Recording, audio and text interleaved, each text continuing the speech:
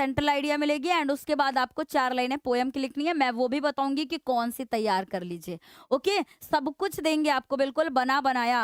आपको मेहनत नहीं करनी है, बस आपको करना है क्या, तैयार कर लेना है परीक्षा। ठीक है, ओके, यस, वेरी गुड बच्चों, बहुत बढ़िया। यहाँ कह रहे सेंट्रल आइडिया कितने नंबर की आती है हमारे पेपर में? हमारे पेपर में आती है ये 3 नंबर की। ठीक है, 3 अंक की ये सेंट्रल आइडिया आती है बच्चों। कितने अंक की आती है? 3 अंक की। ओके, मोस्टली हाँ, अगर आपके करेक्ट हुए अच्छी बात है, अगर आपसे गलती हो गई है तो कल आपसे मतलब परसों आपसे परीक्षा में गलती नहीं होनी चाहिए। ओके, बढ़िया, बहुत बढ़िया बच्चों। अब चलेंगे आगे और सेंट्रल आइडिया देखेंगे। सबसे पहले डस्ट ऑफ स्नो की, अगर आपने नहीं तैयार किया है तो जितनी मैं इसमें अभी क्लास में कराऊंगी इनको जरूर से तैयार कर लीजिएगा। ठीक, तो कह रहे डस्ट ऑफ स्नो, यानी the poem dust of snow composed by Robert Frost. ये पोयम रॉबर्ट फ्रॉस्ट के द्वारा कंपोज की गई है।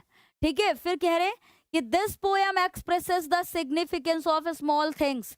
दिस पोयम, यह कविता एक्सप्रेसेस दर्शाती है द सिग्निफिकेंस। सिग्निफिकेंस मतलब होता है महत्व। ठीक है, महत्व को दर्शाती है ऑफ स्मॉल थिंग्स, छोटी छोटी चीजों के महत्व को दिखाती है इन चेंजिंग वंस मूड, यानी किसी की मनोदशा को बदलने के लिए छोटी छोटी चीजों के महत्व को दिखाती है। The poet has mentioned crow and hemlock tree in this poem. इस कविता में कवि ने हेमलॉक ट्री और क्रो को क्या किया है? शामिल किया है बच्चों। ठीक है, शामिल किया है। और फिर कह रहे हैं कि that are believe to be a symbol of bad omen, जो कि बुरे शगुन का प्रतीक माना जाता है बच्चों। ठीक है, द पोएट वो सैड, कवि क्या है? दुखी है।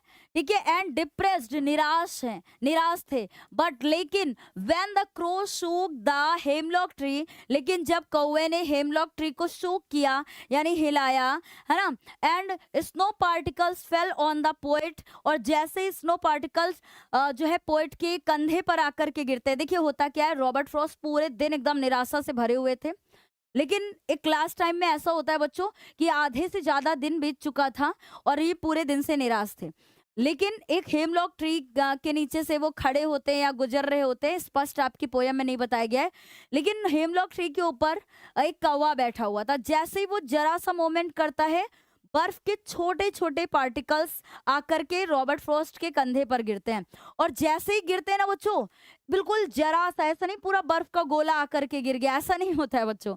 जरा सा एकदम स्नो पार्टिकल्स, बिल्कुल छोटे छोटे टुकड़े आकर के उनको गिरते हैं कंधे पर, और जैसे ही गिरते हैं उनको एक ना सुखद एहसास होता है। सुखद एहसास होता है मतलब एक अच्छा एहसास उस वक्त होता है, और पोइट को ऐसा लगता है कि जो मेरा अभी बाकी बचा हुआ दिन एकदम उदासी से भरा हुआ बीतने वाला था ना, वो अब क्या हो जाएगा, बिल्कुल वो मतलब कहते हैं कि हमारे लिए प्रकृति की जो छोटी छोटी चीजें होती है ना, ये हमें हमारे लिए पॉजिटिव मैनर लेकर के आती हैं, है ना। तो हमारे लिए छोटी छोटी चीजों का भी बहुत बड़ा महत्व होता है।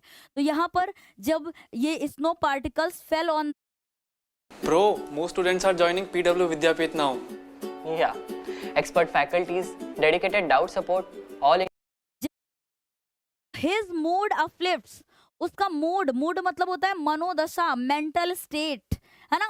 मेंटल स्टेट पूरी तरीके से क्या हो जाती है, सडनली मतलब अचानक से चेंज हो जाती है, बदल जाए मतलब बदल गई।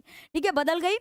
थ्रू दिस पोयम, इस कविता के माध्यम से वी गेट अ मैसेज, हमें एक मैसेज मिलता है दैट कि we should hope for the best even in worst of situation, कि भाई